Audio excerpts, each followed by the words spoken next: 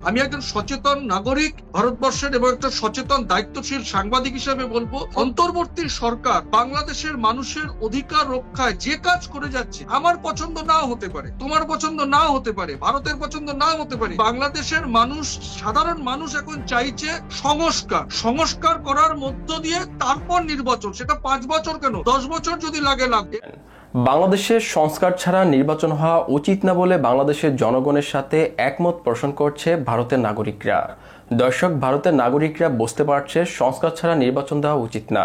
এখন আপনারা যারা আমার ভিডিওটি দেখছেন, আপনাদের একটি পরিসংখ্যান দেখতে চাই, কারা কারা সংস্কারের আগে নির্বাচন চান আর কারা কারা সংস্কারের পরে নির্বাচন চান। আপনাদের মতামত অবশ্যই কমেন্ট করবেন, দেখব কাদের জনসমর্থন বেশি। এদিকে ভারতের নাগরিকরা বলছে বাংলাদেশের ডক্টর মোহাম্মদ ইউনূস কিভাবে সরকার পরিচালনা করছে এটা একমাত্র বাংলাদেশের জনগণের দেখার বিষয়। এই বিষয়ে ভারত নাক গলানো উচিত হবে না।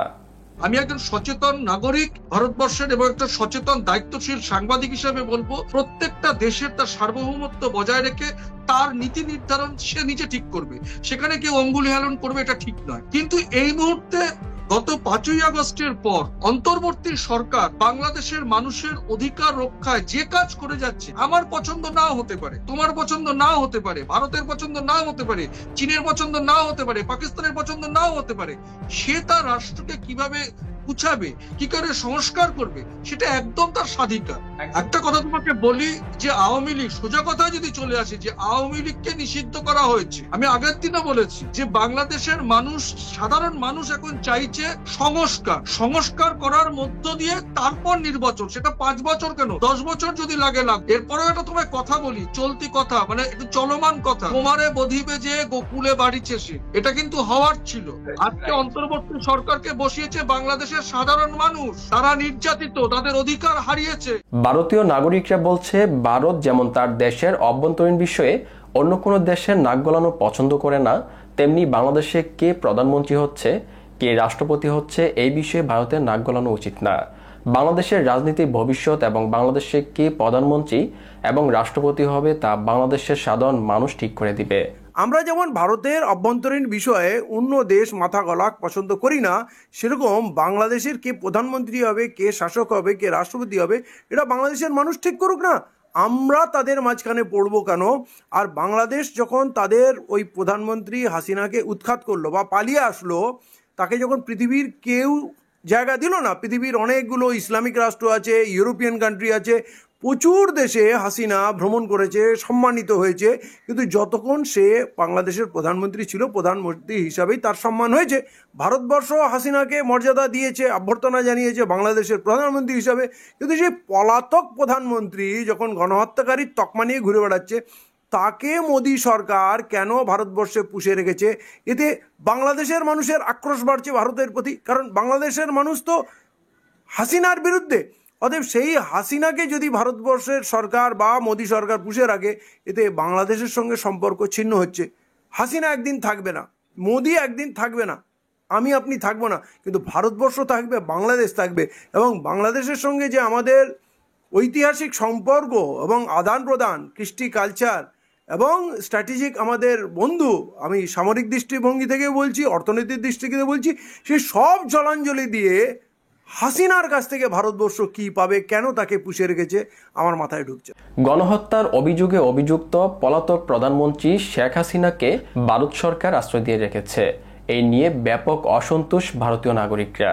ভারতের নাগরিকরা বলছে ভারত বিভিন্ন দেশের অন্যায় অনিয়মের কথা বললেও ভারত নিজেই একজন গণহত্যাকারীকে আশ্রয় দিয়ে রেখেছে। বাংলাদেশ যেহেতু শেখ হাসিনাকে ফেরত চাইছে, তাই ভারতের উচিত শেখ হাসিনাকে বাংলাদেশে ফেরত পাঠিয়ে দেওয়া। অন্যান্য গণহত্যাকারীরা বিভিন্ন জায়গায় পালিয়ে শেল্টার নিয়েছে, ভারতীয়রা চিরকালই তার নিন্দা জানিয়েছে, কিন্তু আজকের দিনে ভারতের চরিত্রটা একটু অন্যরকম। এখন ভারত নিজে গণহত্যাকারীদেরকে শেল্টার দিচ্ছে, এটা কিন্তু খুবই প্রবলেমেটিক। সেটা হাসিনা না অন্য কেউ, সেটা দেখার দরকার নেই। মানুষটা গণহত্যা করেছে, সেটা প্রমাণিত সত্য, সেটা সকলে আমরা টিভির সামনে দেখেছি। আমরা দেখেছি যে আবু সঈদকে কীভাবে হত্যা করা হলো। সেই হত্যাকারীদেরকে ভারতবর্ষে রাখাটা ভারত রাষ্ট্রের একটি গঠিত অপরাধ বলে আমরা মনে করি। ভারতের ভূমিকা রাখা উচিত ছিল যে এরকম একজন মানুষকে বাংলাদেশের কাছেই রাখা, বা সে অন্য জায়গায় চলে গেলে চলে যায়। ভারতের এখানে নাক গলানোর কোনো উচিত ছিল না। আজকের দিনে দাঁড়িয়ে যদি বাংলাদেশ তাকে প্রত্যর্পণ করতে চায়, তার মধ্যে কোনো ভুল নেই, কিন্তু ভারতবর্ষ এটা বাস্তবিক পরিস্থিতি যে ভারতবর্ষ তাকে প্রত্যাবর্তন করবে না, কারণ তার চরমতম শাস্তি হতে পারে সেটা ধারণা করে। একটা জিনিস উল্লেখ করা প্রয়োজন, 2013 সালে এই হাসিনা ভারত ও বাংলাদেশের মধ্যে একটা প্রত্যর্পণ চুক্তিকে স্বাক্ষর করেছিল। কি স্বাক্ষরে সেখানে কি ছিল, যে ভারতবর্ষে যদি বাংলাদেশের কোনো অপরাধী পালিয়ে আসে তাহলে সেই অপরাধীকে ভারত বাংলাদেশ রাষ্ট্রের কাছে ফিরিয়ে দেবে। আজকের দিনে দাঁড়িয়ে হাসিনা কিন্তু তার নিজের তৈরি করা আইনকেই ভায়োলেট করছে, এবং হাসিনা ভারতবর্ষে বাংলাদেশের একজন অপরাধী, সে ভারতবর্ষে পালিয়ে রয়েছে এবং ভারত সরকার তাকে প্রত্যর্পণ করছে না। এদিকে শেখ হাসিনাকে নিয়ে ভারত এবং ভারতীয় মিডিয়ার উদ্দেশ্য প্রণোদিতভাবে উস্কানিমূলক বক্তব্যের কারণে ভারত এবং বাংলাদেশের মধ্যে সম্পর্কের অবনতি ঘটছে।